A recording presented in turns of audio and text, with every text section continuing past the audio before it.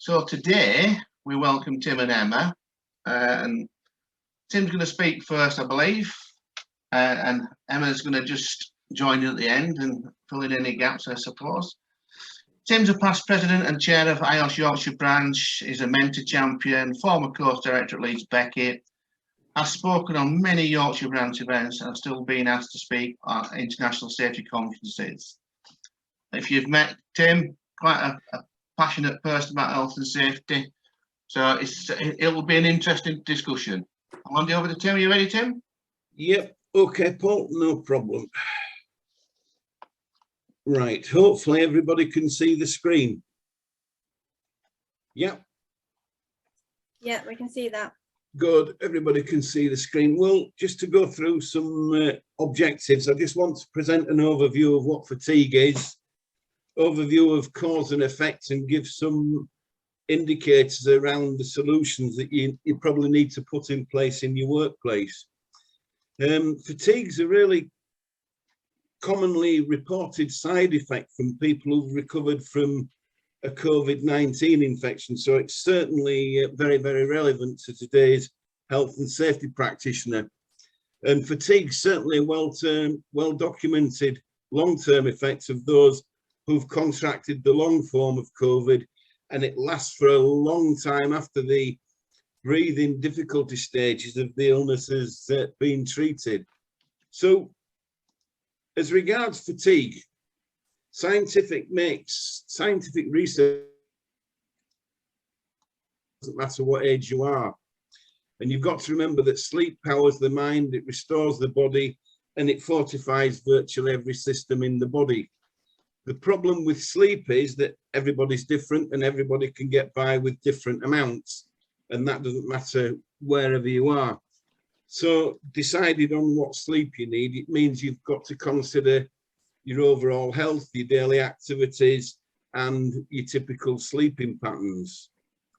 So what fatigue is, according to the HSE, it's a decline in mental and physical performance, and it can result from prolonged exertion, lack of quality sleep, or disruption to the internal body clock.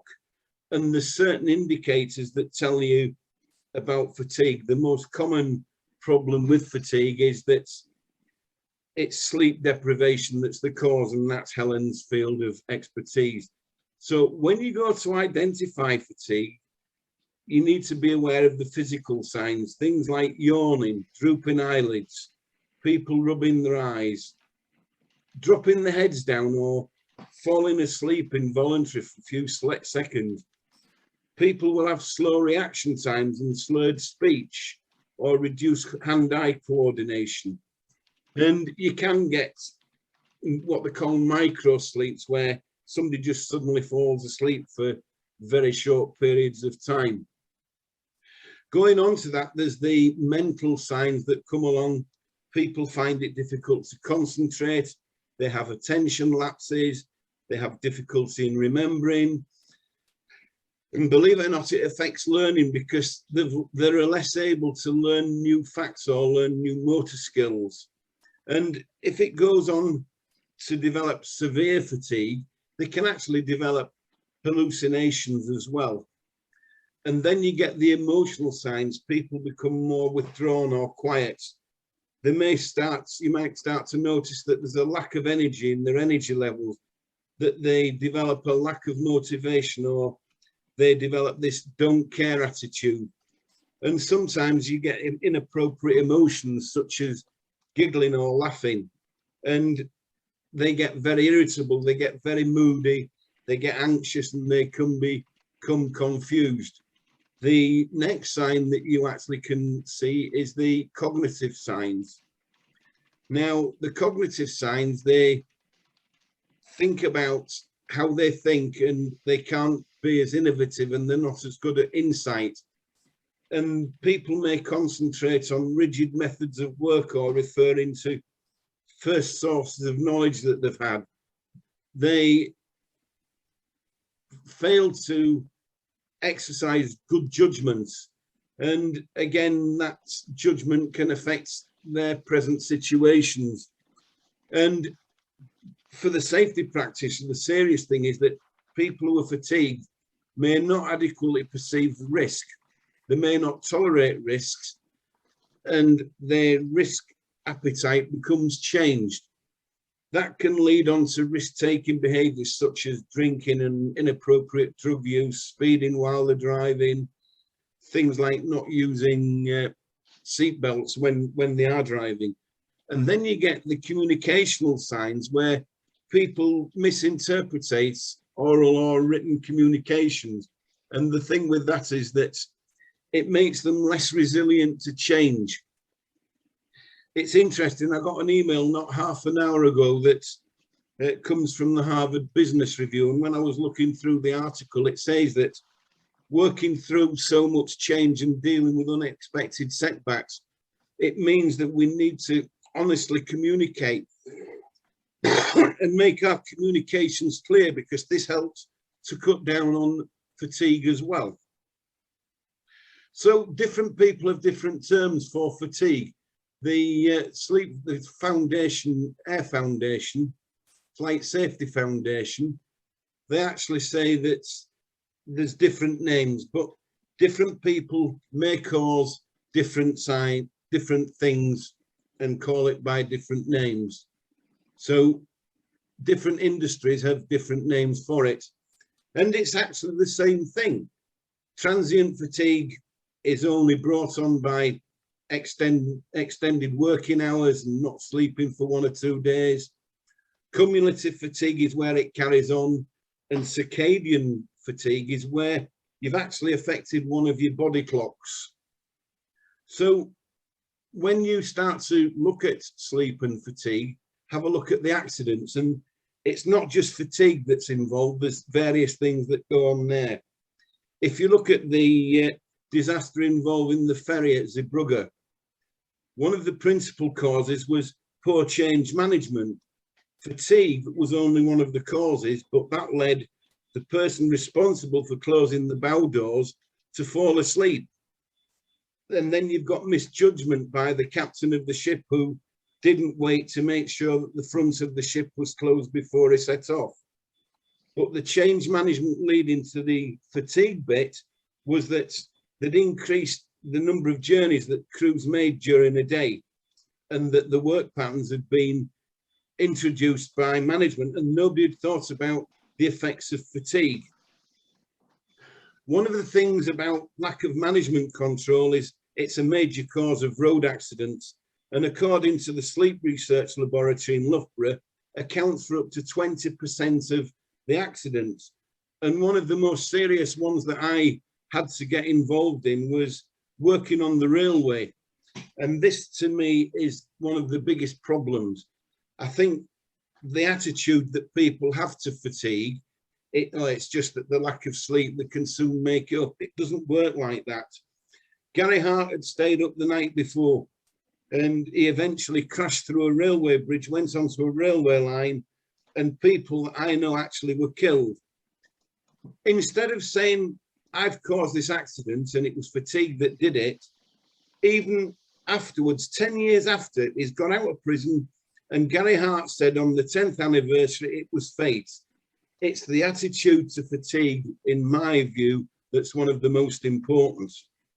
Now, when we start to look at fatigue causes, and I've just talked about attitude, underestimating the risk. Fatigue's really difficult to understand if you haven't experienced it.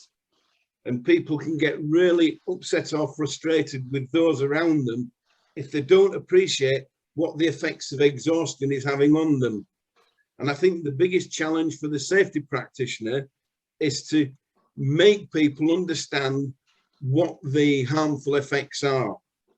And of course, a study in the Workplace Health and Safety magazine of 2017, it reported on nurses who were working during the days off. They had significantly higher fatigue compared with those who took time off regularly. And nurses who reported feeling refreshed after sleep, they had significantly less chronic and acute fatigue between shifts. And again, the other thing that you've got to look at is the shift patterns, the working shift patterns, the poor work planning and asking people to do more with less time. Again, fatigue can be brought on by lots of exercise or not enough exercise, what we call static fatigue. And repeated monotonous work is a symptom of static fatigue.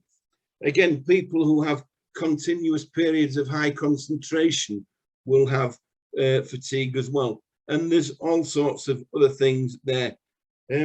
Poor sleeping patterns and sleeping arrangements are again another problem as well.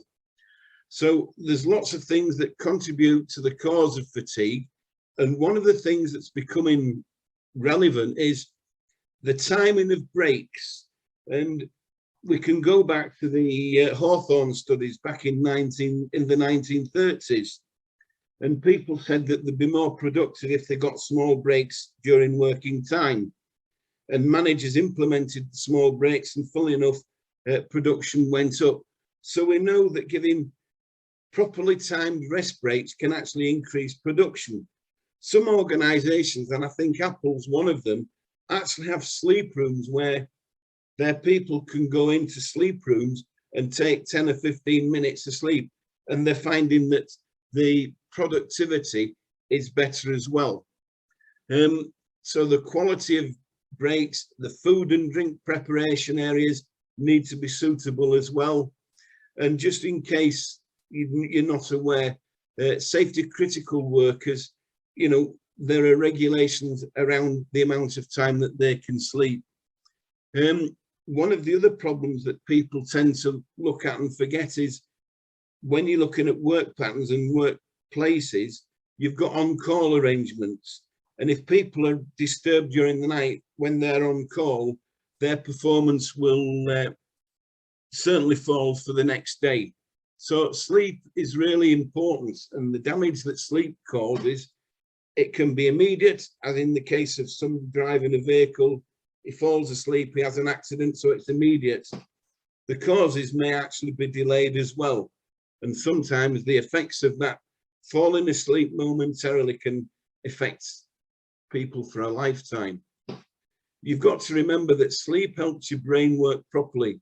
And while you're sleeping, your brain is preparing you for the next day. Sleep's important in getting your body ready for the next day so that you can learn, you can remember information. And it's amazing how many people think or forget that sleep plays a large part in learning as well. So the studies that have been conducted around sleep show that deficiency, it affects some parts of the brain. If you're sleep deficient, you may have trouble making decisions, solving problems, controlling your emotions, controlling your behavior, and it makes you less able to cope with change as well. Just as a point of fact, while the COVID pandemic's going on, sleep actually helps your immune system to repair itself, and it helps in preventing infections as well. Your immune system defends your body against harmful or foreign substances, and ongoing sleep deficiency can change the way that your immune system responds. So, for example, if you're sleep deficient, you'll have trouble fighting common infections, and that's very relevant in today's world with COVID and the pandemic.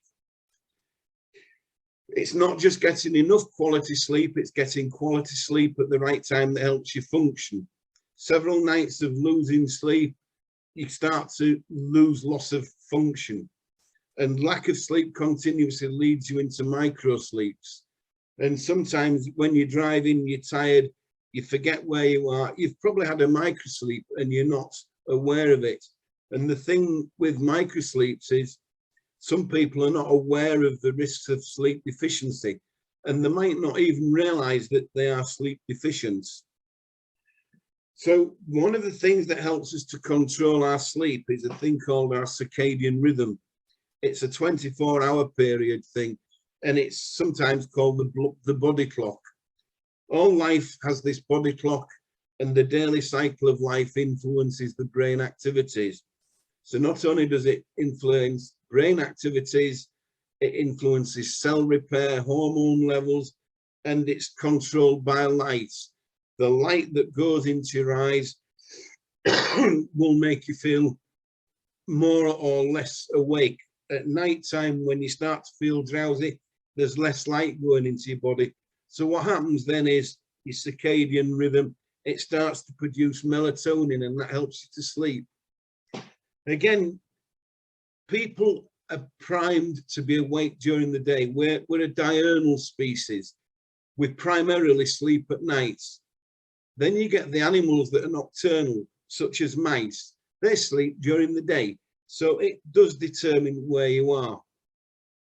Now, at night, your brain releases melatonin, and this makes you feel tired. And it can be altered by outside conditions, such as light and dark and everything else. And again, you get another hormone there called serotonin. And the serotonin-melatonin relationship can actually contribute to sleep disturbance.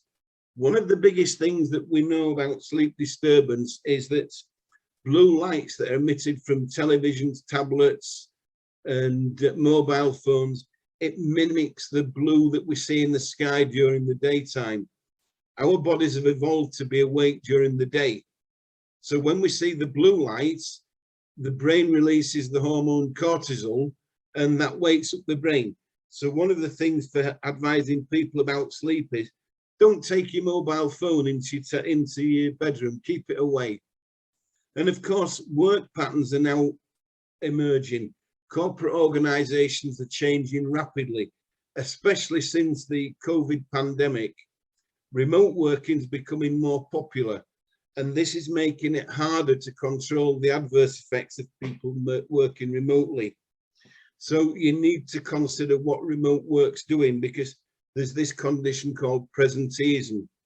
There was a chat on the radio this morning where some people found working from home was encouraging them to be on the computers more. And again, this was contributing to them feeling tired and fatigued. The way that organizations work, you've got to think about what regulations are there. So we've got the work time regulations. Within the safety critical work regulations, there are specifics on time that people can be at work. There's also the effects of employment law, and what the framework organizations need to do is to develop a policy related to fatigue and how people are going to manage fatigue. And again, the fatigue aspects here, it looks at staff terms and conditions, the pay structures, developing fatigue standards, developing the procedures for recognizing and dealing with fatigue, and all the resource allocations that goes there as well. So the operational support, we need to look at risk assessment, how we go about the risk assessment, control of work, and produce suitable work processes. Also the timing of rest breaks as well. And from that, the companies need to realize that the demand is different, that there's risk assessment there, and make people aware of the dangers of fatigue, give workers knowledge about fatigue, and look at the different ways that we can employ people that will reduce fatigue as well. And one of the things that's come out from reading the paper from the Harvard Business Review this morning, looking at how we communicate to people so that we don't introduce what we call communication fatigue.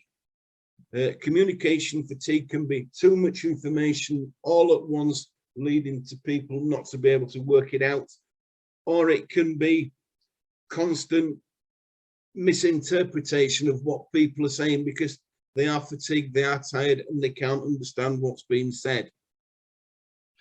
And of course, you've got to look at the labour supply.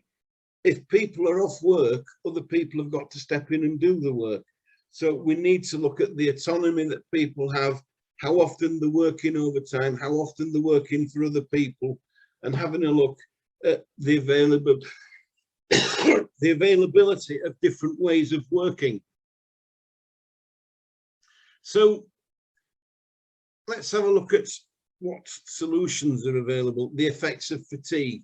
And again, the effects of fatigue, we know that good health is the foundation for thinking and communication, for learning, for resilience, and for self-esteem.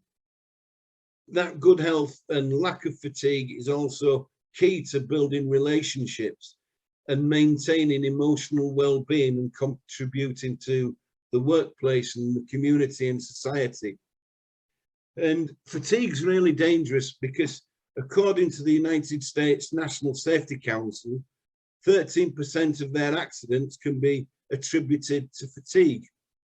And it says that night shifts, overtime scheduling, a lack of adequate time off between shifts, inadequate rest areas within the workplace are just some of the factors that contribute to worker fatigue.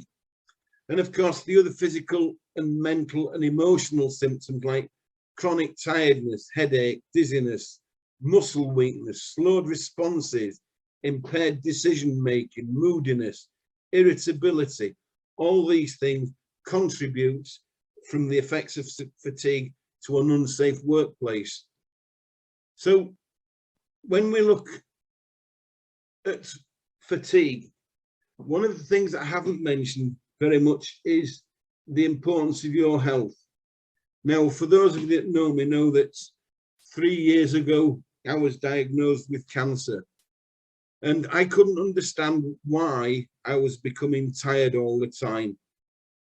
And it really did affect me at work because what I couldn't do was concentrate at work. I couldn't think about the complex tasks that I had to do.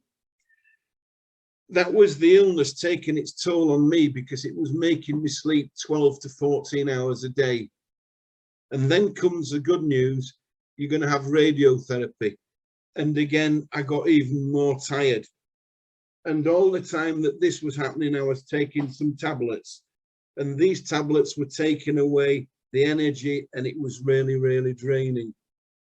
So it's not just the illness, it can be the effects of the treatments. Now, when we started to reduce the tumour, I still had to take the tablets and I was still being very, very fatigued. So again, it's not just the illness, it's not just the treatments, there's the continuing effects of the medication. And it was interesting how one colleague said to me, well, you can get some sleep on the train as well. Well, I had about an hour's commute to work and back, and I did go on the train. But what I realized was that the time spent traveling to and from work, you didn't get the same quality of rest that you do if you get in when you're asleep at night. So think about staff who are having to travel long distances to and from work. You know, obviously, if they're driving, there's no opportunity for sleep. But if they're traveling on public transport or anything else, yes, they can get some sleep, but it doesn't provide the same opportunities. And it doesn't provide the same quality of sleep that you need to build your body back. And these effects can last a long time afterwards. I'm very fortunate now. A, I'm in remission.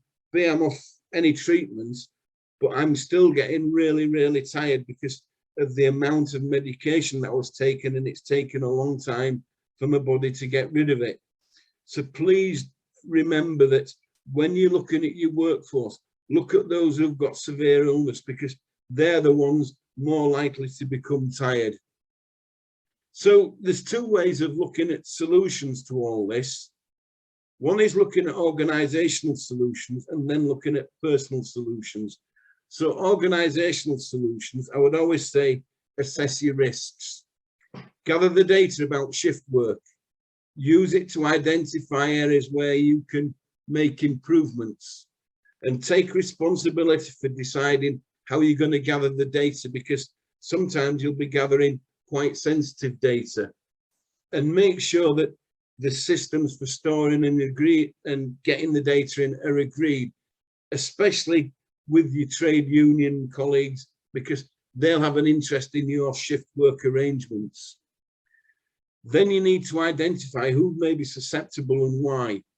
You need to consider the mental and physical demands of the work activity, the shift patterns, the work patterns, the length of shifts, where the rest breaks are, how long these rest breaks are, how can they get out of the work, and making sure that the facilities for rest breaks and time away from work, in work, are there to give them sufficient rest.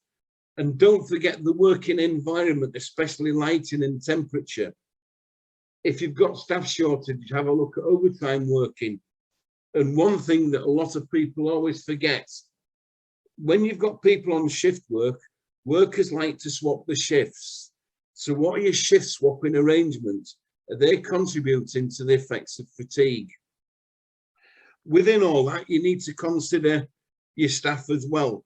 And I've always been one for advocating, always talk to your staff, because sometimes they'll come up with better ideas than what you've got. The staff have got a really clear interest in the matter, and they've probably got direct knowledge of what the advantage and disadvantages of the shift patterns are. And they will certainly know the issues when it comes around to changing shifts as well. So gathering your data and analysing it properly, and then making the work adjustments, making sure that people are aware. So get the issues identified, especially where shift work can be difficult. And use different information gathering techniques. Don't just stick to a tick sheet or a sheet that goes out to the employers, and start to look at things like common patterns and trends within the workplace. So looking at sickness records, absence records, productivity records, because that will give you a clue as to where the downfall in fatigue is taking place within your workplace. And don't forget supervising people either. Training the staff, making them aware, making sure the supervisors are aware. And, you know, look at, is it going to be beneficial during key periods of low alertness, during the night, early hours of the morning, just after lunch, towards the end of long shifts? Make sure that managers are aware of the risk of fatigue and shift work. But make sure that the supervisors who are down on the ground can actually recognise it by looking at the workers as well. Again, making sure that supervisors and training the staff to recognise the symptoms of fatigue is really important. And don't forget, where the worker is failing to cope, there may be a danger to themselves or others, but they're also a danger to the organisation, because they're generally not going to be as productive as what they should be. Some of the personal solutions that you can have include, your lifestyle, your lifestyle choices. It's much better to eat small, regular, healthy snacks during the day rather than a large meal all at once. Exercising. You might think that when you're tired, exercise is the last thing you need to be doing, but regular exercise will make you feel less tired in the long run. It increases your fitness. Making sure that people are not carrying excessive weight. Carrying excessive weight can be really exhausting, and it also puts extra strain on your heart, which will make you feel tired. So encourage people to lose weight, and as a result, they'll actually feel more energetic. Try and give them tips on sleeping well. You know, going to bed and getting up in the morning at the same time if they can. Avoiding naps in the late daytime, early evening period, because that takes away the ability to sleep. And get them to take time to relax before going to bed. And a cool, dark room is always helpful that's quiet. Workers during the day, again, you need to give them more advice than just what I've said there. Reducing stress. If people are stressed, they're using up a lot of energy. So get them to try relaxation activities during the day. Something like listening to some music or spending some time with friends. Sometimes you'll feel fatigued simply because you're dehydrated. And if you're mildly dehydrated, a simple glass of water, that'll do the trick, especially after exercise. Again, cutting out caffeine.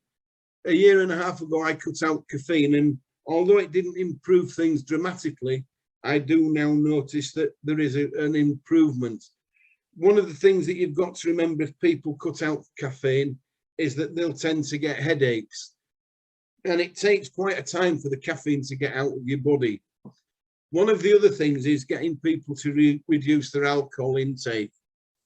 during the night, you drink on the night time, and you will go to sleep, but you don't get the same quality of sleep. And the next day you'll wake up even if you're tired. So that's as much information as I can give you about fatigue. What I have done is provided you with some useful resources. All these links work, I've checked them out. Yes, some of them are not English and some of them are not pure academic, but they're good sources of advice to find out on your fatigue management program. So you've got the reducing error and influencing behavior, especially chapter 4. That really does look at fatigue. You've got managing shift work. There's a good site at the Government of Victoria in Australia looking at better health and the conditions and treatments for fatigue. The Sleep Foundation and Driving has a lot of information as well. Again, the Harvest Business Review, the ideal work schedule that's there.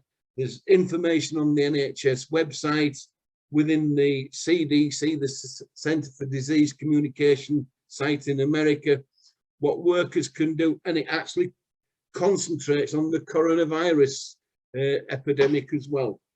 And of course, don't forget, there's the Loughborough University Sleep Centre, and they've actually got a quiz and resources there so that you can actually test yourself on sleep as well.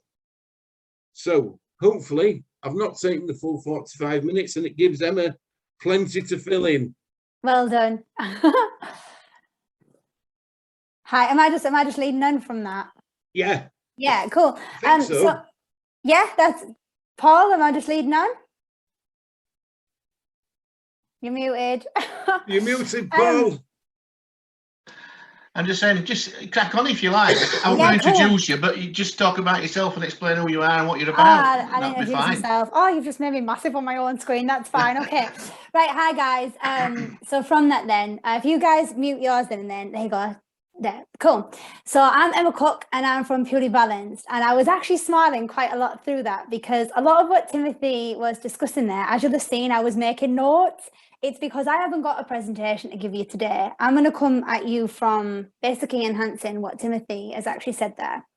So as I said, I'm Emma Cook from Purely Balanced, and everything that Timothy's just said, we deal with. So basically we are a company that come in and believe that sleep is the foundation of health and well-being. And I've made a few notes to go over just to basically complement some of Timothy's points there, really. So first off, let's have a little look at what actually sleep is and why it's affecting all of our employees and yourself, okay? So sleep basically plays a housekeeping role in our body. For years and years, the World Health Organization didn't really address sleep as a thing. As we all know, mental health became a massive factor in how we work, how we are, and how we deal with our employees and look after our workforce. But they kind of bypassed sleep. Now, the reason why they did this was there wasn't any emphasis on it. There wasn't many studies done on it. I mean, we all sleep. We all spend a third of our lives asleep. But has anybody ever taught you how to do it properly? Then added into that, we're living in a world that is getting faster and faster and faster, and we aren't really catching up.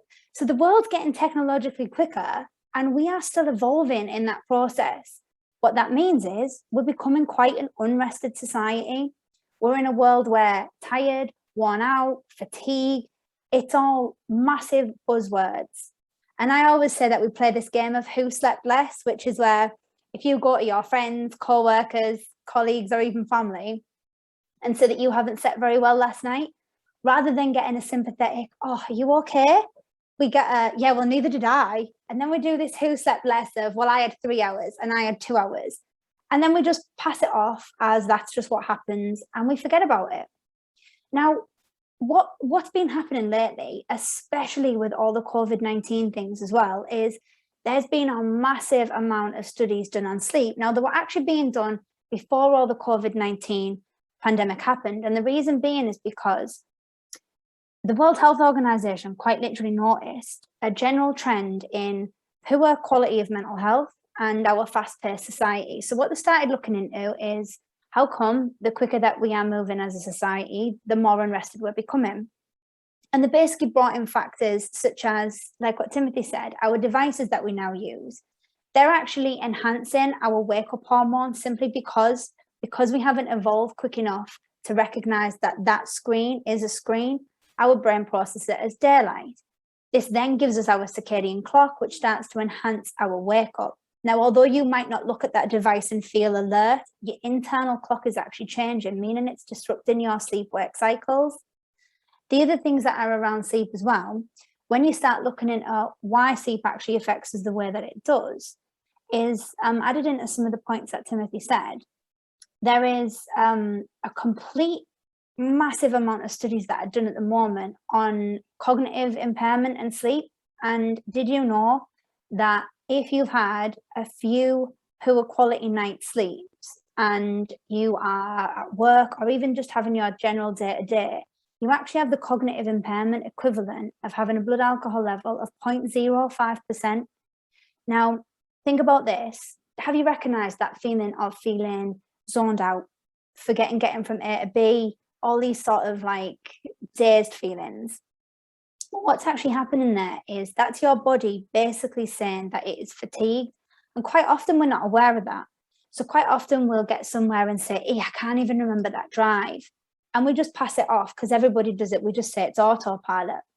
But what we're not aware of is when we're in these states of autopilot, our brain's actually trying to catch up on sleep that it's lost.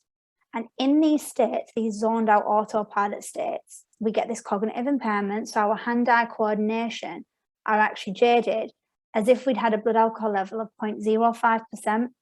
Now, you wouldn't let your workers work drunk, and you wouldn't drive your kids to school drunk, but we would do it fatigued. Now, a little fact here is, if you had a cognitive impairment, a blood alcohol level of 0.05%, what would happen is you would have a delayed reaction time of 3 to 5 seconds.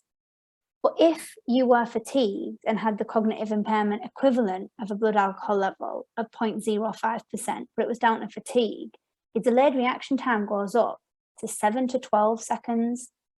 Now, when you start to look at that, that's a massive amount of time. Timothy hit on a word called presenteeism. I'm going to elaborate on that a little bit. So presenteeism is basically being present in body and absent in mind. And it's down to these fatigued states. It's these zoned out states. Now, it's all well and good us saying that's what they are, but how often does someone come along and say, this is what to do to help? And this is where all the resources that Timothy provided, and I wish he'd actually put us down there because this is where a lot of what we do comes in.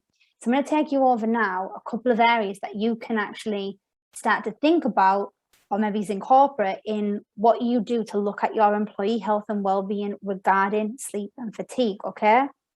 Now, first off, if you look at your safety critical roles and you start to realize that fatigue is a massive factor, there is a HSE website that says that accidents can be increased in the workplace by up to 70% if we are letting our workers work fatigued. Not only that, there is a statistic that shocks me to my core, which is basically 20% of accidents on roads are down to fatigued drivers.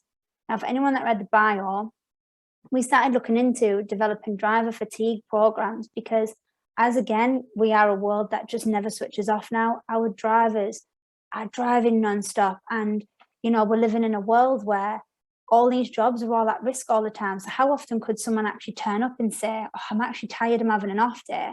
The chances are they're just going to power through.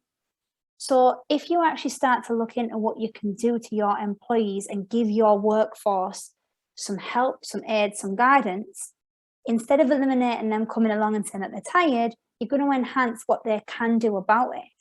And what you'll end up with is a more productive team and just a more productive workforce. And what we believe at Purely Balanced is a well-set workforce is a well-run business, no matter what way you look at it, no matter what workers you've got. Now, there's a couple of things that you can actually do or think about regarding your employees' well-being and regarding their fatigue and their sleep issues, if you will, or sleep programs. And this is things like making them aware of what they can do to help improve their evening sleep. So you've got things like what Timothy said with, drinking glasses of water. You've got strategic areas where you can drink water. So for example, if you've got people that have got midday lulls at certain times, drinking water and hydrating the body can actually help the body wake up. The reason it does this is because hydration in the system starts to wake up your organs. And there's little things that you can add into your workforce. So there's things like, if you sat them down and said, or even just sent them an email and said, have you ever recognized yourself going into a zoned out, going into autopilot? Well, these are signs that your body's quite highly fatigued. And the reason being is because when we fall asleep, we actually have 4 sleep stages, stages 1, 2, 3, and 4. Now, 3 and 4 are our deep sleep stages. And basically on an evening, you want to be in sleep stages 3 and 4 for quite a prolonged period of time to get a decent quality sleep. So if anybody that's been asleep for a few hours, say 7 hours, woke up and still felt tired, it's because the quality of the sleep that you got wasn't the best. Anyone that's experienced a power nap, where you nap for 20 minutes and you wake up feeling alert, it's because the quality of sleep that you got was better. Now, when we're in these sleep stages, stages 3 and stages 4 are our deep sleep stages. And it's basically where our brain cleans up anything that it's done from that day. So in sleep stages 3 and 4, our brain categorizes and cleans whatever it's done that day. So it's where our subconscious is built. It's where our new skills and abilities are placed. It's what basically makes us wake up the next day ready for action. Now, if for whatever reason your sleeping is impaired and you're not getting to a deeper sleep state, what happens is the brain doesn't know what to clean and what to keep and what to get rid of. So the brain basically goes into this heightened state of awareness, and the next day you become zoned out, jaded, forgetful, clumsy. As Timothy said, you can become quite emotional, quite flighty, or completely subdued and really, really tired and down. Now, if you're not hitting a deep sleep state in an evening, and you're not teaching your teams how to get to a deep sleep state in an evening, all of your workforce or all of the next day is going to be affected by their poor quality sleep. And if you don't teach your teams how to sleep better or how to look after their sleep schedules, then that then impacts on their day-to-day working. And this is where we come to the presenteeism word that Timothy said earlier. So when you start to look into what it's actually doing and what sleep's role is, it's vital that we start to teach our teams. Number one, if you're feeling zoned out or jaded, that's basically your body saying that you need to rest and you need to pay attention to your sleeping quality. And number two, if our teams or if our workforce are taught how to sleep better, we will naturally increase their mental, physical, and emotional well-being. Now, it's something that is in the title of today's session, which is how illness affects our sleep. Well, and something Timothy said as well, which was how when we're tired, when we're poorly, sorry, have you noticed how we get tired? Or have you noticed a day where you felt a little bit off, a little bit down, and then all of a sudden 2 days later you become a bit poorly? Well, the reason being is in our deep sleep states, our bodies produce something called cytokines. Cytokine is your body's immune system. If you're not getting a good quality sleep, it means that your immune system is not rebuilding itself, meaning we're running in a workforce that actually gets tired and then gets poorly. So this is another reason why actually teaching your teams how to sleep better or looking at sleep as a factor in programs or wellbeing programs is massive, because not only does it affect your cognitive abilities, it affects your physical and mental states as well. And I mean, think about yourself. How often have you slept poorly and it's affected the whole day, maybe 2 days to follow? Or how often have you slept well and woke up and thought, right, that's it, you can handle whatever the day throws at you? Again, it's because another role in our sleep is to balance our cortisol levels. Now, cortisol levels unbalanced are known as our stress hormones. So if we're not getting a good quality sleep, our body starts to get high levels of cortisol, meaning we become quite anxious, quite irate. And then that then mobilizes the body into action again, meaning that because our cells are heightened, we then become tired because we're using more. And it's a vicious circle. So again, looking into sleep as a factor in any of the wellness programs that you've got going on. I mean, we here at Purely Balanced teach a 5-point switch off routine. We teach you how to get to a deeper sleep state, because increasing your time in a deep sleep state, even if you don't increase your time spent asleep, will help your body fix itself, help your mind clean itself, and help your cognitive abilities. You could also look into your employee well-being and wellness by helping them sleep smarter or making them aware of if they are focusing on the way that they sleep, it will naturally affect the way that they're feeling the following day. So there's all these different areas. And again, with the COVID-19 pandemic and issues and crises, at the moment, they're finding that fatigue is a long-term effect of COVID-19. Now, again, one of the reasons to this is because when the body notices an intruder in the system, the body's natural defense is to put you to sleep. It does that so it can focus on healing.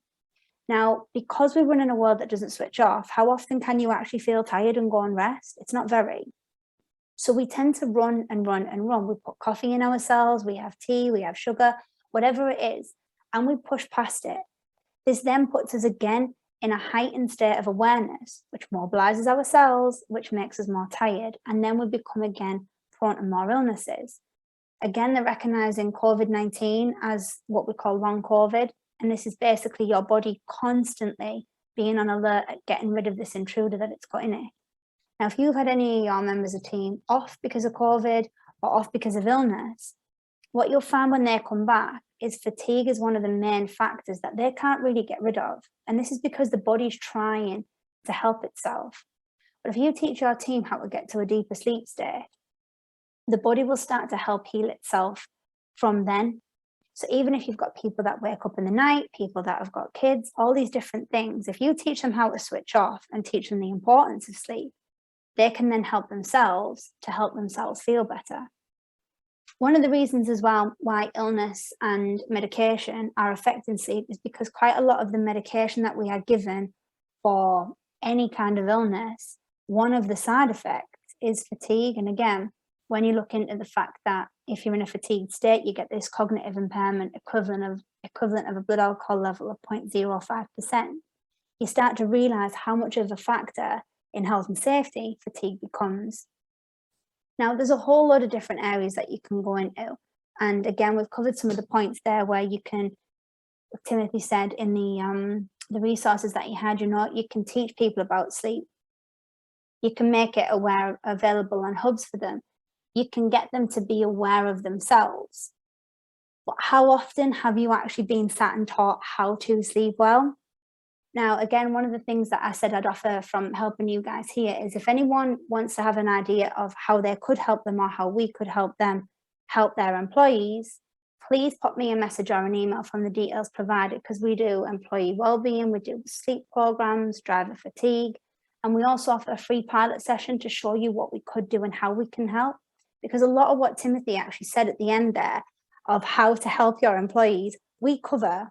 We do shift rotations, we show you why it's affected, we tailor programs to fit you guys at work, because the heavy lifting's done for you then. If you've got any questions that you've got on sleep or why it affects, again, please drop us an email and email in if we don't cover it in the questions that are provided at the end. Now, just before I pass you back across and see if there's any questions that have come, I just made a few notes to go against Timothy's, and that was the awareness side of things. Okay, so the awareness that Timothy said about when you get a little bit fatigued and foggy and you get a little bit kind of confused with things. Well, there's also something in that called an attention filter. Now, what an attention filter is basically a neuron program within our brains what tells us what to pay attention to and what to not pay attention to.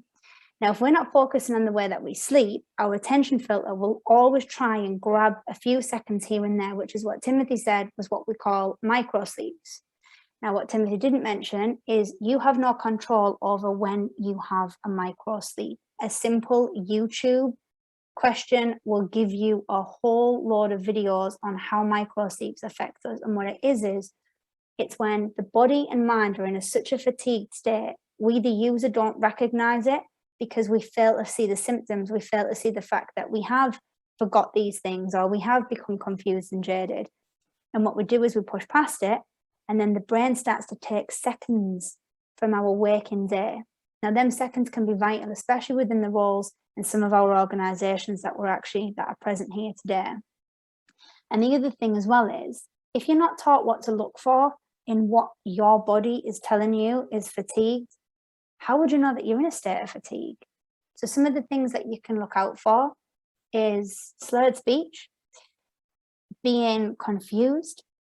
It's not remembering what they were doing. You know, if you've walked into a room, forgot what you've got, or if you're in the middle of a sentence and you can't quite find the words, it's your body being slumped, as Timothy said. It's a jaded feeling. It's being zoned out. It's also, would you believe, fancying sugary sweets and snacks because your body's instant go-to to wake itself up is to fancy these things. So there's a whole load of different things that you can look out for in there as well. But yeah, hopefully that's answered some of the bits that we said today, and hopefully that's enhanced some of what Timothy has said. Guys, is there any questions that we've got? You can all ask questions as well, because I'm here to ask all the questions that you need, okay? I can't read them though. It's difficult because we're all on screens. We've got 87 people on here. You can't see everybody. So if you put it in the chat function, and I'll pick them off as we go. I've got a couple of questions here. To be fair, today we've reached out to quite a wide audience. We've got one gent from Morocco, London. We've gone out to London, Qatar, and where else have I seen somewhere else? Sri Lanka. So we've gone quite a wide range, apart from just Yorkshire. Thanks very much for tuning in. Questions. I've got one. I've lost it for a second. It's from not the real Samantha Dean. It's from Steve Thorley Lawson. If you want to put your mic on and put your screen on, then you should appear. I think if you might be better stop sharing your screen, actually. Thanks, Emma. Richard. Yeah, can you hear me now? Yeah. Yeah. Yeah. Hi, Tim. Good to meet up with you again. Just interested to know what your thoughts are on the HSC's risk and fatigue index as a tool. I haven't particularly used it yet, but I noticed that they've taken one off and they've put another updated copy there. So the old one I was familiar with, the new one I am not familiar with, but in my own opinion, anything that makes anybody have an increased awareness of the dangers of fatigue can only be a positive thing. I don't know what your thoughts are, Emma. It broke up there. Say it again. I don't know what your thoughts are. No, My thoughts are that anything that increases awareness has got to be a good thing. Do you know, honestly, I know, and we're not promoting things like that. I'm really not honest. If you're unsure on where to go with your fatigue, and obviously you guys have all got massive amounts on your shoulders at the moment, pop me a message. So basically, there's that many things that you could go to. There's that many sites that you can go to. You can just pop a couple of sentences up, but people usually don't really respond to that because they just think it's more blurb. If you actually sit and say, look, if you're feeling run down, if you're feeling jaded, if you're getting autopilot, confusion, they're all signs that you're fatigued. Drop in that tiny little statement that I said, which is in them times, you have the cognitive impairment equivalent of a blood alcohol level of 0.05%. All them things that they're doing fatigued, they wouldn't do after a drink. And all of a sudden that starts to make people aware of it. And then when you start to explain the importance of sleep, that's when they'd start to look into what they can do about it. And again, you can look at the health and safety, you can look at all of them links that Timothy provided as well. And if you're unsure, pop me a message and we can show you a pilot on how to help. That's all for free as well. So yeah, just some areas that you can look into there. Right, apologies if I get your name wrong. I've got a question from Irfan Shahid. If you want to put your mic on your screen on, and then you can ask the question yourself. If you have any difficulties, I'll say it myself for you. I think it's how to deal with shift patterns. Rotating shift patterns, yeah. The science that's been done, there's been quite a lot of scientific studies into shift patterns. And one of the things that they've found is that a forward rotating shift pattern allows people to settle back more quickly. There's a lot of work being done on 12-hour shift patterns, but again, these 12-hour shift patterns, you've actually got to look at your workforce. Now, I'll give you a typical example. My partner, she's 63 years old. She's got long COVID. She works 12-hour shifts. after a 12-hour shift, she's absolutely drained. But yet a younger person can cope with it. But from working in my days on the railway, one thing that I did find was that if you have a regressive shift pattern, in other words, a shift pattern that doesn't go forward, you'll find that your workers become more tired because their bodies can't adapt to the time periods that are there. And it's the same when you're traveling, and I'm hoping Emma's going to say I'm right here. It's always better traveling east to west than from west to east, because you actually feel following tired. it, aren't you? Yeah. So these just to enhance on that as well, that's actually a question I get asked quite often. What to do with shift? Again, we have a massive program for shift workers where what we do is we teach you guys how to work best with the circadian clock, with the shift rotations that you've got. Ideally, as Timothy said, forward rotating shift patterns are key. Giving people time off is key, but we can't always do that within industries that we in. I work in heavily within oil and gas, and they can't do anything about what they've got going on. And I've just done some work for FST, and they do 3 days of different shifts that change and alter every few hours. Now, when you start to look into things like that, you basically have to look into certain times to tell your shift workers what time to start to wind down, what time to start to pick up, how many days before and after. Again, the overall answer to that question is forward rotating shift patterns are the best.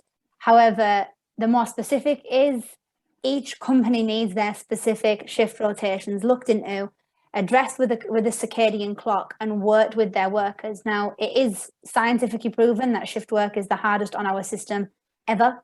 So basically what they're saying is no matter what way you're looking at it, you can't escape the fact that shift work affects us in a negative way. But rather than coming along and teaching employees that, we teach them how to handle it. So it gives them more tools that they can actually go to and look at. Again, if you teach your workforce or your shift force, whatever you've got, to get a deeper quality sleep when they do sleep in the time that they've got, you'll also enhance the way that their circadian clocks work. But just as a little tiny side point to that, anyone that's got shift workers, look at eye masks. Okay, the reason being is because to use an eye mask, we use this in our 5-point routine. To use an eye mask, when you put the eye mask on, it creates an equal level of darkness over both eyes. What that does is it enhances the sleep hormone melatonin. It does this because we are evolved to, when our eyelids close behind the dark, we create melatonin. But because we live in a world that's light now, when it gets dark, it enhances our cortisol. If you include the teaching of strategic uses of eye masks, when your shift workers are switching off, they use the eye mask, it enhances the sleep hormone. Melatonin is on basically a clock. So once the melatonin starts to increase in the body, it's around 8 to 12 hours. So it will get them into a deeper sleep state quicker, and it will readjust their circadian clock better and quicker as well. Again, if anyone wants more specifics, you can contact me. One of the other things that supports that is timing the breaks and making sure that the breaks are held in an area where they can actually rest. Getting people, it's amazing the amount of people that work in an office and they're tired all the time. And it's simply because they don't step away from that work desk and they don't actually relax and rest properly. And that can be just as crucial as anything else. But I certainly agree with Emma in everything that she said. Yeah. It's difficult for organisations. And again, even when planning work, things go wrong that we've got no control over, especially for drivers. They get stuck on the motorway. Well, if they're going to be stuck for a couple of hours, there's no harm in getting them to use that time to relax properly. Sorry, Emma, I know you want to come in. No, that's exactly it, Timothy. It's mad because one of the things that we did, I don't know if anyone's familiar with who we are, but basically one of the things that we did at Purely Balanced is we helped with that. So our 5-point switch off routine helps you switch off to a deeper sleep state quicker, regardless of where you are or what you're doing, meaning the quality of sleep that you get is better. So rather than teaching people just to switch off at 7 and turn the phones off and get to 7 hours, we say, look, use this little routine and it'll help. And then we give them aids and help to what to do if they're not sleeping, if their shift patterns have changed, if the baby's woke them up, if they've had an argument at home. When you start to teach on a variety and say, look, you can also use all these things if these have happened and come from a real life point of view, your workforce are a lot more likely to actually listen and take note rather than given a PDF of what to do, you know. It's just really important, really, really important. That goes back to the attitude, Emma. If the managers are serious, they'll get the workforce involved. Yeah, absolutely And, honest. you know, I couldn't agree with them more. Everybody goes into this sleep race downtime thing. Well, Oh, yeah, that's the wrong way to go. absolutely. Again, you know, the number of accidents, how much sleep people get is always different. And again, I've just noticed a question coming up. How much sleep should somebody have? Well, That's my favourite question. Working on the railway, they made sure that everybody had 12 hours rest between shifts. And just before we jump about it, sorry Tim, just like me tell, I'm writing the questions down and I'll go through them, then we don't jump about a bit, and then everybody gets a fair chance. All so, right, okay. You know, so you can explain about your shift patterns on the railways. Yeah, as a result of the Clapham disaster, that was an incident where working long hours had been evolved by a certain signal repair team. And Sir Anthony Hidden had looked at the incidents and he'd come to the conclusion that it was fatigue that had led to diminished performance and poor procedures. Nowadays, anybody working on the railway, they've got to have 12 hours rest in between shifts. But from my own practical experience, I know that when we used to drive the trains, we'd come home and we'd all be in the pub on a dinner time having a few jars of alcohol, and then we'd go home and sleep. And it didn't give you the quality of sleep that you needed. Yes, it made you sleep, but you got a different quality of sleep. So the thing with how much sleep should somebody have, it depends on their age, it depends on the health, and it actually depends on how much sleep deprivation they've already got. Love it, Timothy, love it. There's just to enhance on that as well. That's one of the questions I get asked after every session.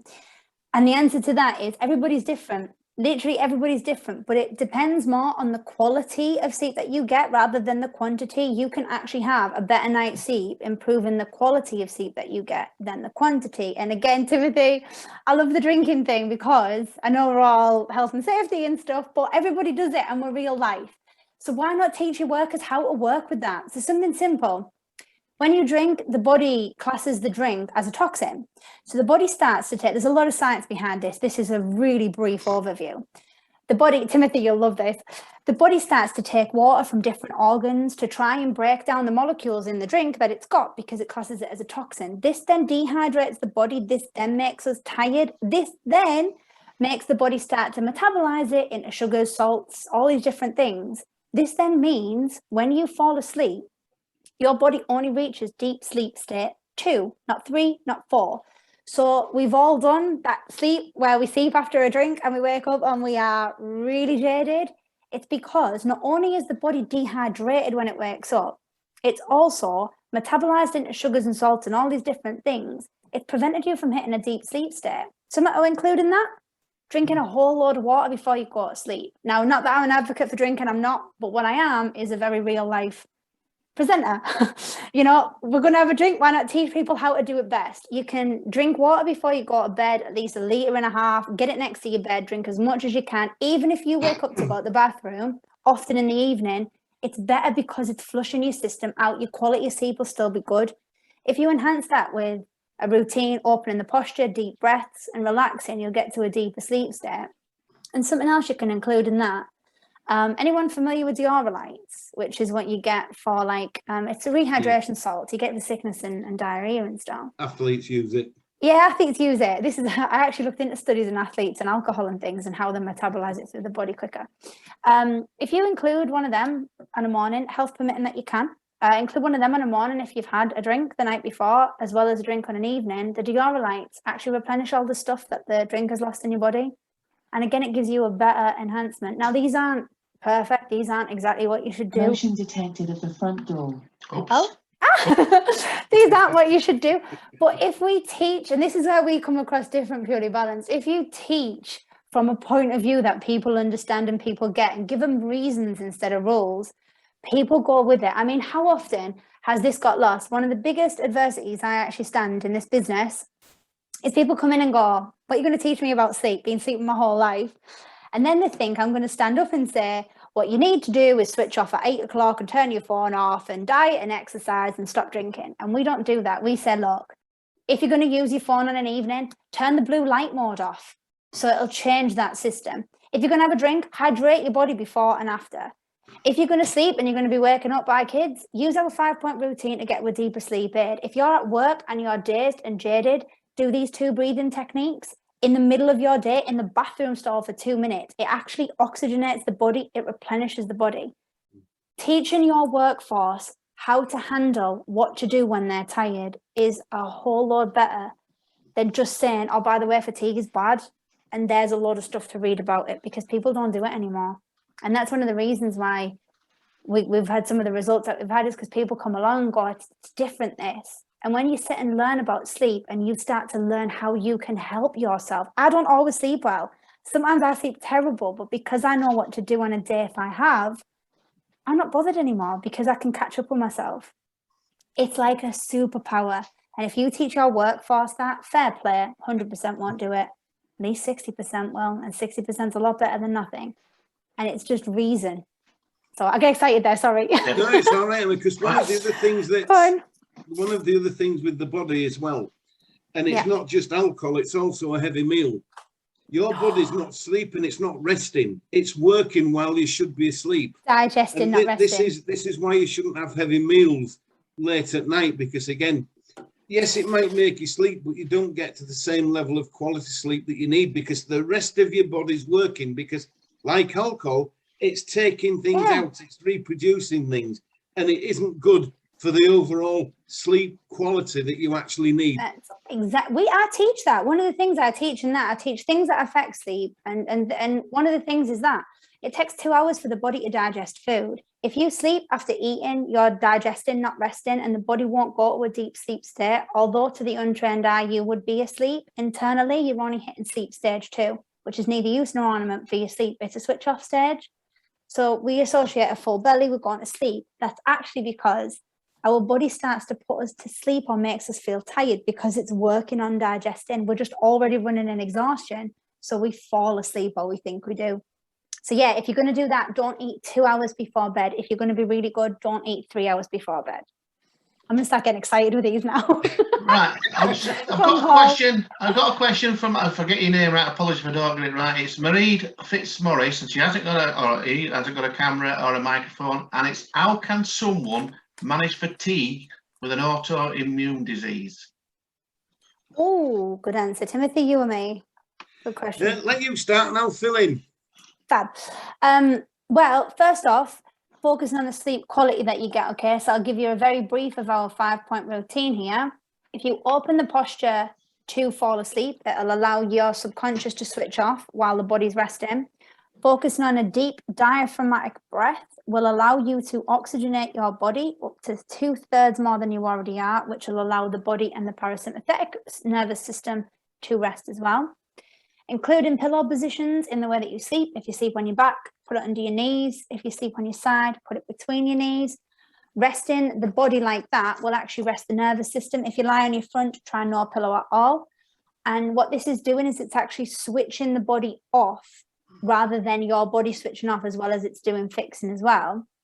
If you it's also, if you get a good quality deep sleep, you will help your body heal itself. You need to include an eye mask. I'm not a product pusher, but you need to get one of them, because if you enhance your melatonin, you will enhance your sleep state. So open posture, pillow position, breathing technique, and an eye mask, you will actually naturally enhance a deep sleep state, meaning the body can heal and fix itself. Timothy?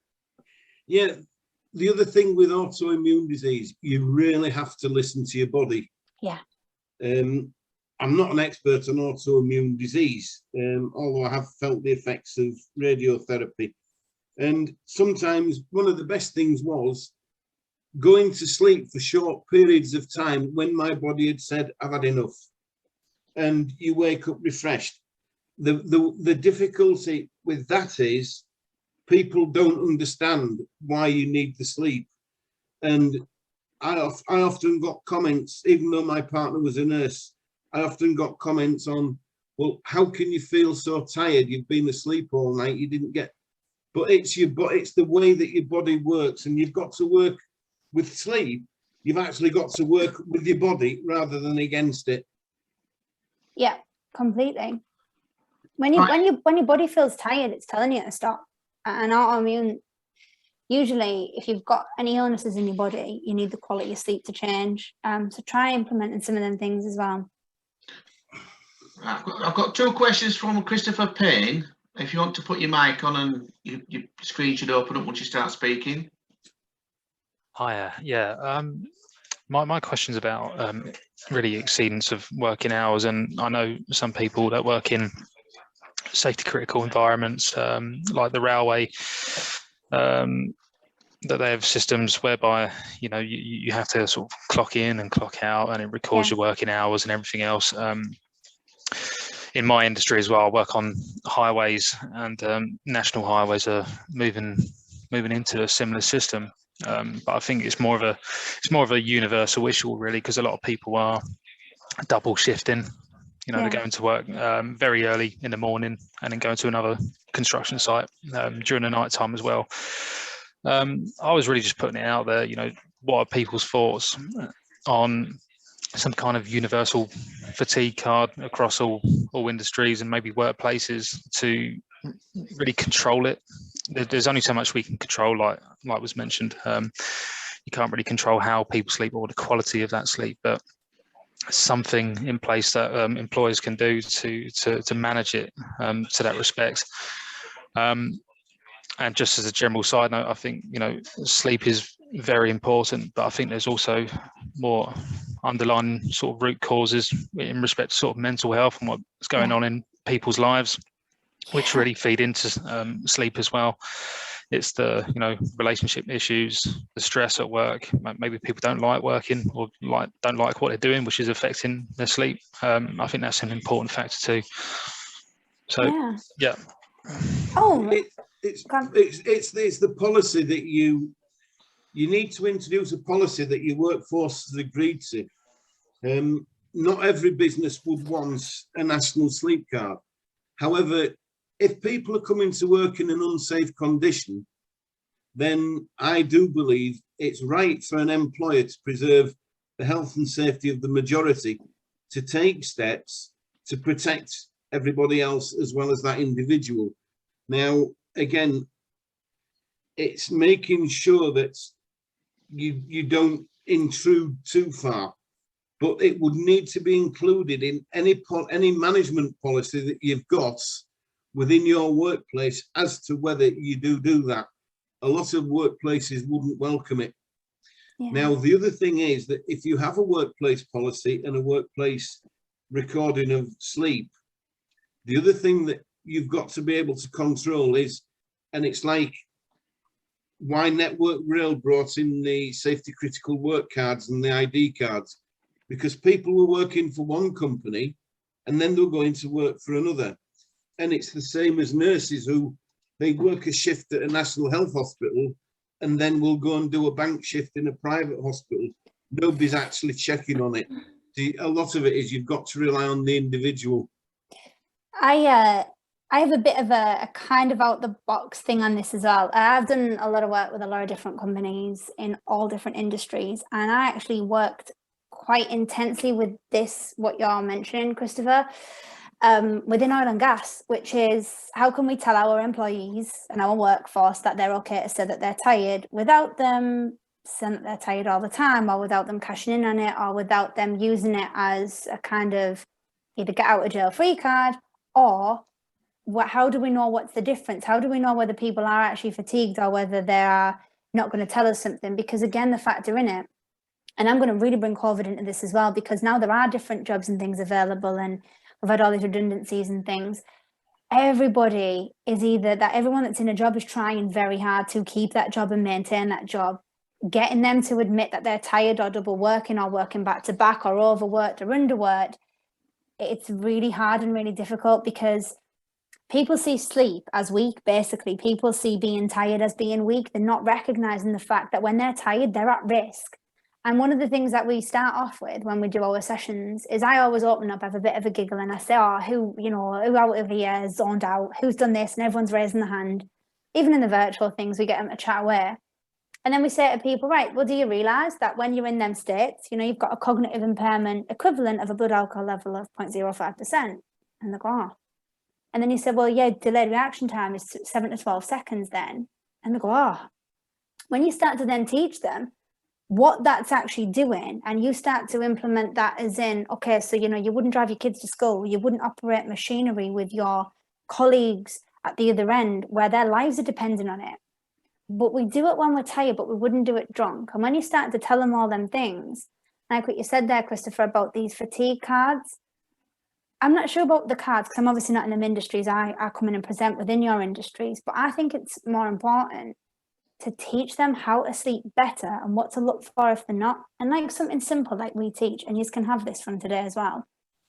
Teaching your team, if they're fatigued, taking 5 minutes to have a breather, quite simply, opening the posture, deep belly breaths, and by belly breath, it's a diaphragmatic breath, it's down to the lower stomach. It oxygenates the body, and for 2.5 minutes or more, that actually naturally energizes the body as well. And it's something simple like that. When you start to teach them that they can implement a little 5-point routine or a breathing technique in their day-to-day, then say to them, if you're still suffering from this delayed reaction time, from loss of focus, from poor, productivity, then you need to do something about it. What you're going to do is you're going to create like a filter system.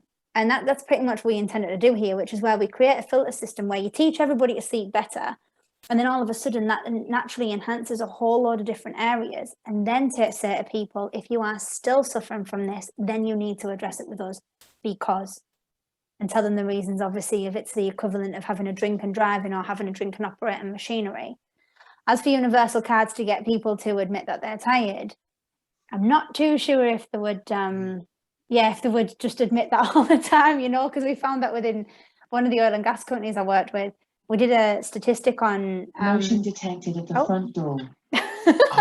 Apologies, I thought my mic were on mute then. Paul, how many deliveries are you getting? It's my granddaughters are coming home. Can't stop them. But yeah, it's when you start to teach them that, it's okay to feel tired or whatnot, or these are the reasons why, teaching them from a reason point of view rather than a rules point of view and saying, look, if you're fatigued, you're putting everybody else at risk, come and have a word with us. I just think knowledge is power, and teaching them that specific one point, it's the equivalent of having a drink and doing whatever. It starts to make people become more aware of it, and I think you're more likely to get someone to come and knock on your door and say, yeah, by the way, I'm a bit down and tired today. What can I do about it? Which again, knowledge is power. Teaching them then what to do helps as well. But I don't think it's a good idea. Sorry, Emma, the phrase knowledge is power. You need to improve that one. Knowledge is very powerful, but it becomes even more powerful when it's shared. Oh yeah, that's it. Because there was it's the same as what you're saying there. It's the same as people adopting poor postures, or take, for example, drivers. While they're sat in a driving seat, they're actually applying pressures to certain inward parts of the body. So by getting them to stop and relax, what you're actually doing is allowing the body to start working properly, because while they're in those unusual postures, even though it's just sat down, they're applying pressures to blood vessels, they're applying pressure to the blood vessels that take the oxygen around the body and everything else. And it does help to revive the body by getting oxygen around the body. Yeah, I love that. That's exactly what we teach. Is that everything that you're saying, Timothy, we teach. Timothy and I've never met before, by the way. I've got to say to people here, this is the first time I've ever met Emma. I know, we didn't know each other. I'm getting the feeling that we make a good team. I know, definitely. Right, I've got a couple more questions. I don't know if it's a real Sam Dean, because I've got several of those on today, and it's talked about, if I remember correctly, the Canadian Mounties set up a system of earlys, lates, nights, where your shift was based on your age and ability to cope with working at the time of day. This avoided any rotation, which you thought was an interesting approach. Now, I don't know if it's a real Sam Dean. If you want to come on and talk about it, that's fine. Or if you're just happy for them to answer this question. I can't see. I can only hear you. No, no takers. So Did you say it was Paul? Did you say it was an early, late, and night shift rotation? Yeah, it's early, late, nights. It's the shift pattern you were talking about. Yeah, it's forward rotation. Yeah, and that's why it was universally adopted. Yeah, that's very sorry, Tim. There was a funny arrangement where they had early, late, and nights, and the younger in service employees work nights, and then as you got older and more elderly, you move forward onto a late shift and then onto an early shift, as they found based on people's age, their ability to cope with working those hours was better, but they basically had either a permanent nights, a permanent lates, or a permanent earlies arrangement rather than putting a rotating shift pattern in place. Yeah, there's a lot of downsides to working permanent nights. Yeah. And if you look on the HSC website, it actually advises against putting people on permanent nights because it doesn't matter what age they are, not everybody can adapt to it. Some people can and some people do, but that's because of their individual body differences. Oh, I've sent you a message there by an accident. Tim, it was meant to go to everyone. No, not a problem. Yeah, I'll put that in it. I'll send a message there just to say if anyone's interested, but I'll tell you that at the end. Yeah, on that, I'm familiar with that study, quite familiar. And again, for everybody that's online, I can't see who's still here and who's not, but for everyone that's online, there is obviously a definite way that you can actually work with your team and employee workforce and age and ability and gender and all the different things that have become factors in fatigue. However, we don't always have the power and ability to change them things. And that's what sometimes it gets lost in translation of, there is definitely ways that you can 100% enhance the way that you're working with shift, with patterns, with hours, with work rate, workload breaks.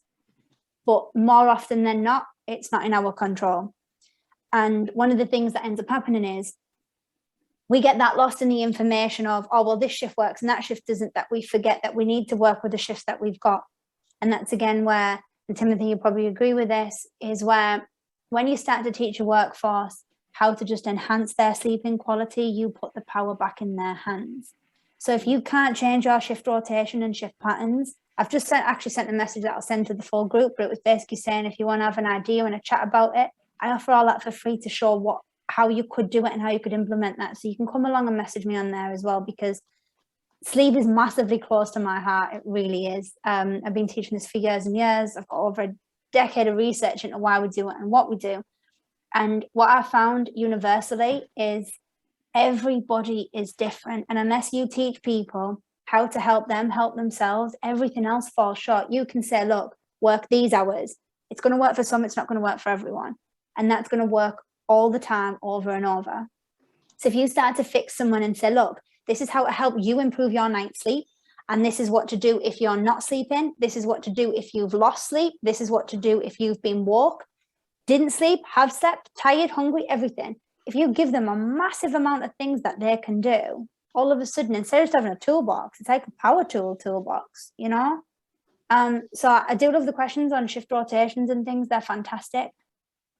But there is ideals of how you can do it. We just can't change our shift patterns most of the time. So we've got to work with what we've got from where we are. And that's where we come in.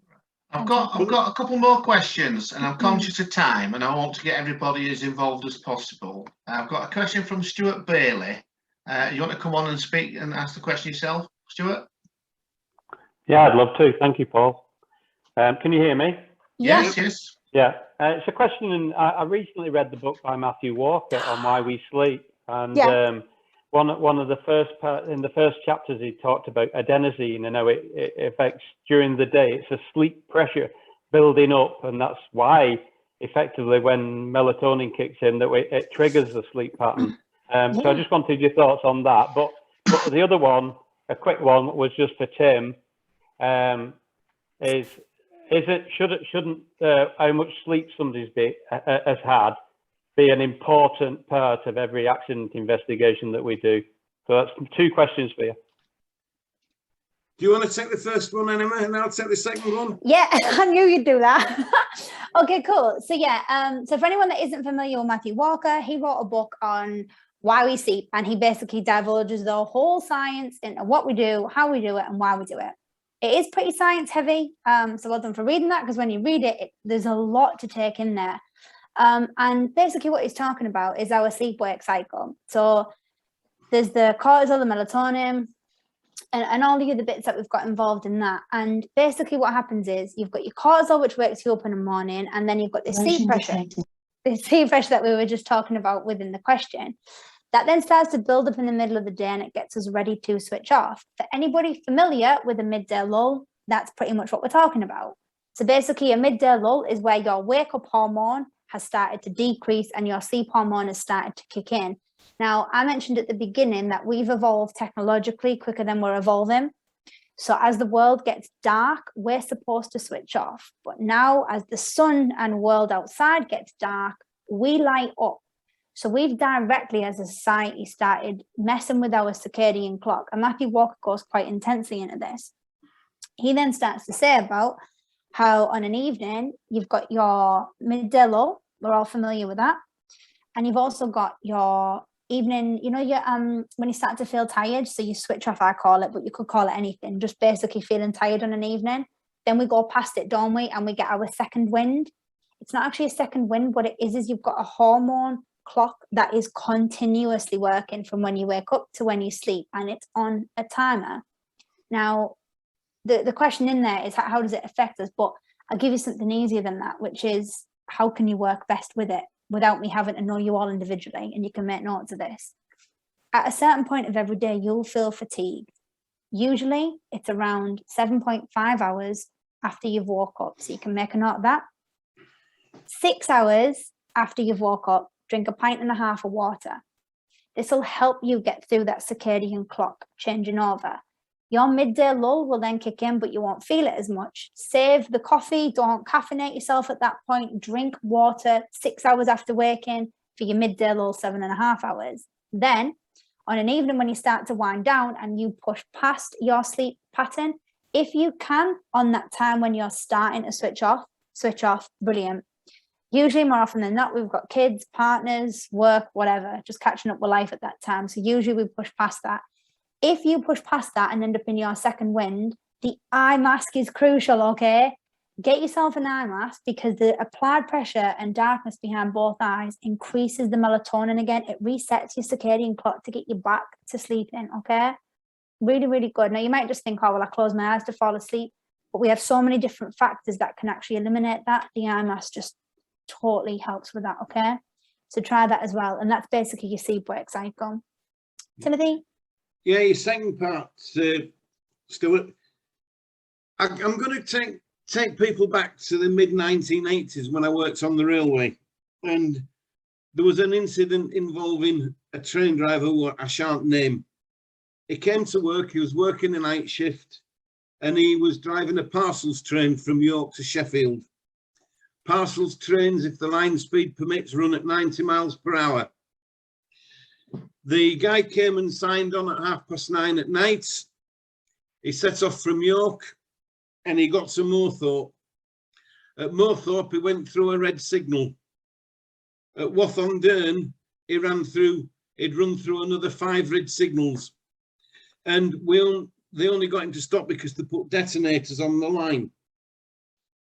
He was immediately removed from duty, and there was an investigation into the incident. The investigation into the incident identified that he'd not had enough sleep.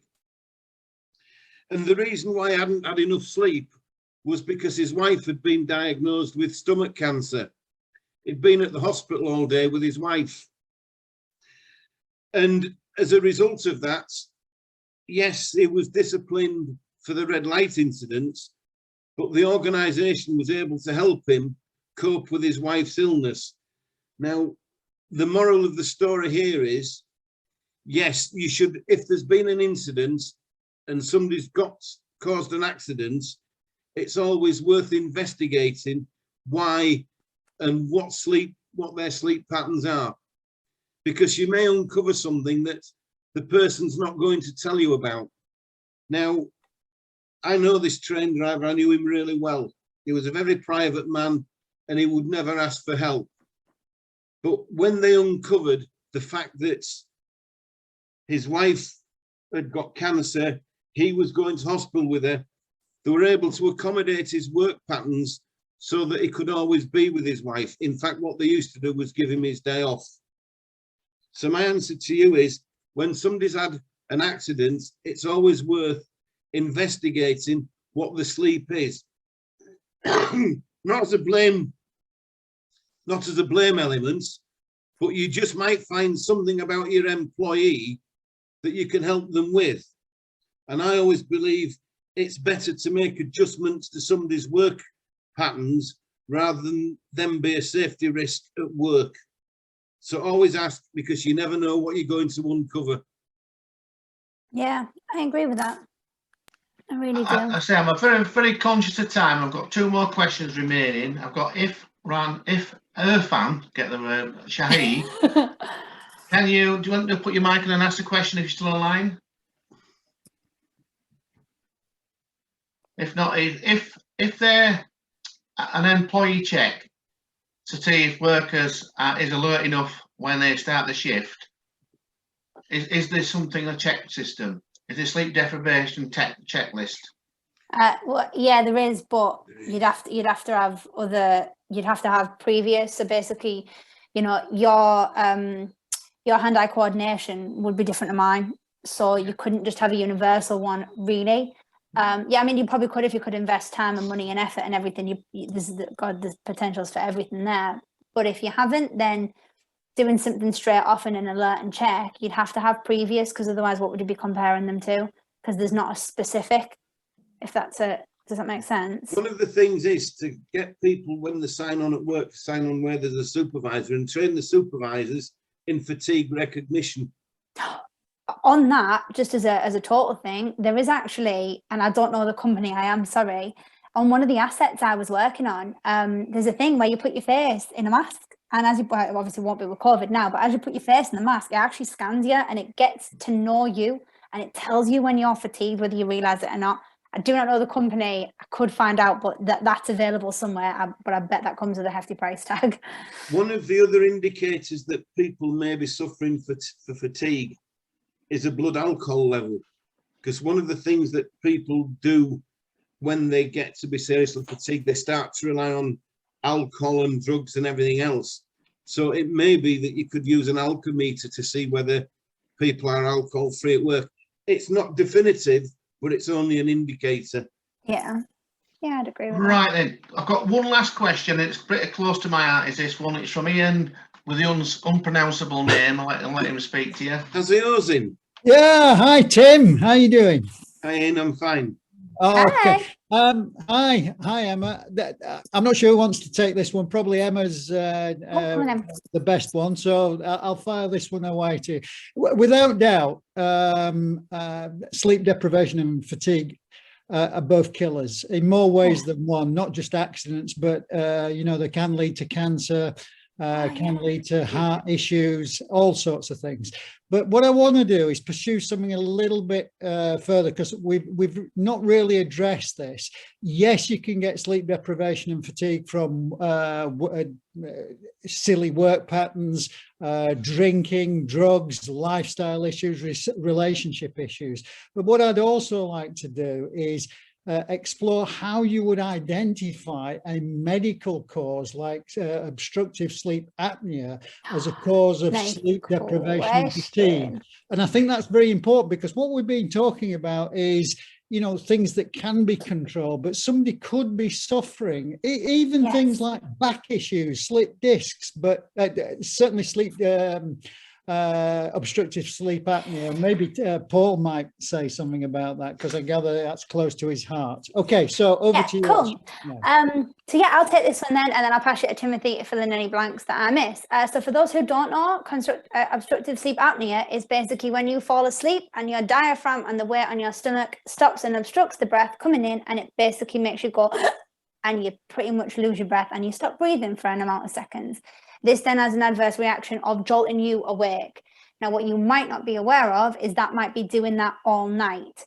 So you can actually do that without even knowing that you're doing that. Although to the untrained eye, to your partner, They just think that your breathing would kind of go, it would just sound like that. They wouldn't even notice that you're doing it, okay? Now, how to know if you're susceptible to that, if you will, you can simply ask whoever you're sleeping with, if you make them kind of noises, what happens when you sleep? Do you wake them up? Is there ever a chance that, you know, you feel like you're catching your breath?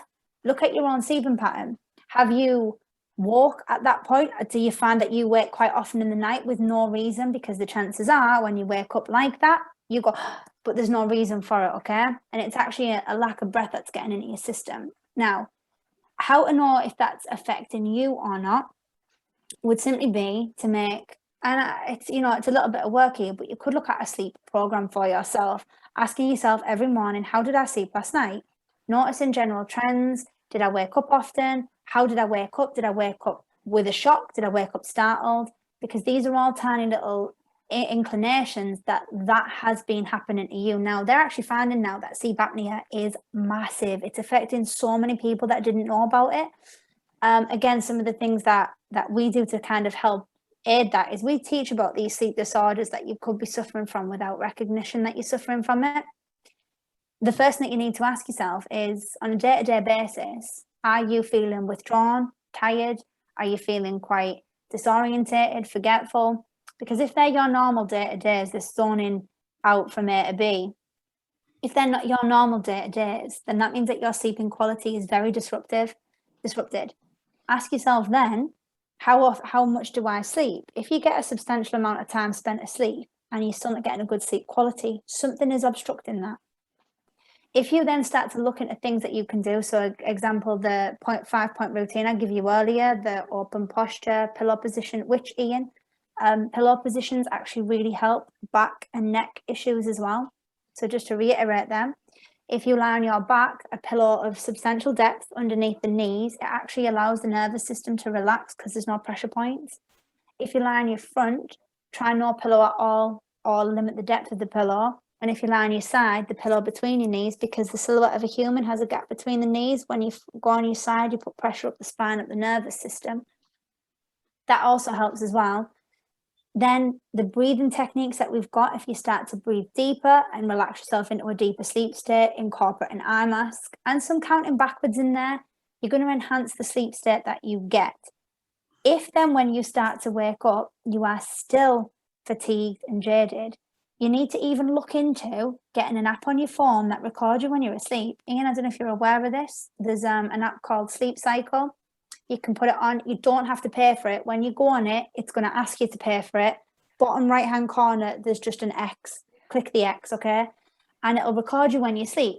If you're concerned that one of these sleeping disorders is you, quite simply, a quick Google of what different sleeping disorders there are and a checklist of what you've got. The other thing that you could do as well, sleep apnea is, and I hate to say this one because it's not fair, but sleep apnea is actually caused on by weight gain. So if you found that you've put, Timothy's laughing. I hate saying this. If Ian, you don't look like you're gaining weight, but just so you know, I haven't got sleep apnea. I was asking a general question for everybody. I haven't got an issue with it. Brilliant. It was for the Yorkshire Branch committee that I was. Yeah, right, cool. Yeah, well, this is the thing, and again, this is just statistics. It's mainly it gets more with guys that are getting a certain age and getting older, and that's just statistics. Okay, I know this is it. Honesty, don't be coming at me after this. It's statistics. However, if your workforce is of a similar age, build, kind of background, then you need to be looking into these things, because there is literal statistics to prove there is specifics that have all these different things. If you're looking at, and I'm going to say oil and gas, because I looked heavily into this for this. Oil and gas have got a specific kind of workforce, if you will. And when you start to look into that, sleep apnea is something that they massively are dealing with, basically, but they didn't know they were dealing with it. And then all of a sudden, it's kind of like, oh, well, I deal with that. Oh, my missus says this.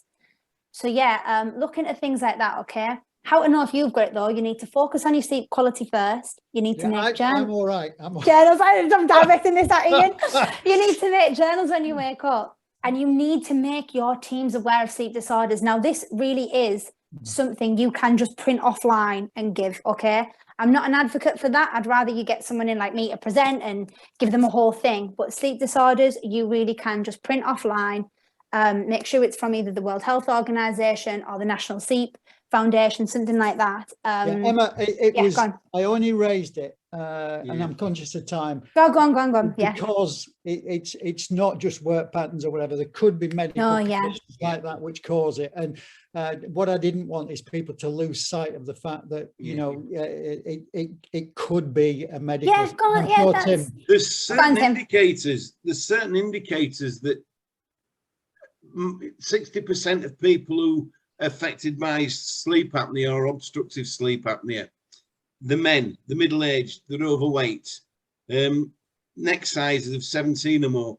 But the other thing is, you can actually get an NHS test, and it's people who are overweight, people who drink, people who smoke, because it's all to do with the amount of skin at the back of the throat, because it actually prevents you from inhaling properly.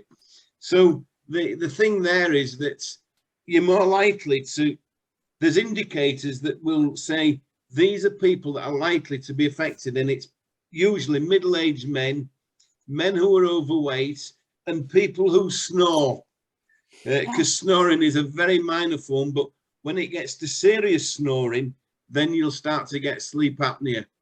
And I couldn't agree more with Emma when she says, you know, if you wake up sleepy and unrefreshed, have a look at it. If you're feeling groggy or less alert, then it might be an indication that you've got this condition. But, you know, it's not actually diagnosed as a medical condition. It's an effect of other things. Well, I'm okay, Tim. I'm not middle-aged now. I'm past it totally. So there you go. Yeah, well, you're in the danger zone now. Oh, thanks for that. You said it, not me. Yeah, thank you. Love you too. Right. Can I just thank Evan and Tim for a fantastic session? I think this session could have gone on for at least another hour. I think it's been well received by people. We've had some really nice comments from people. A lot of positive remarks from what's been discussed.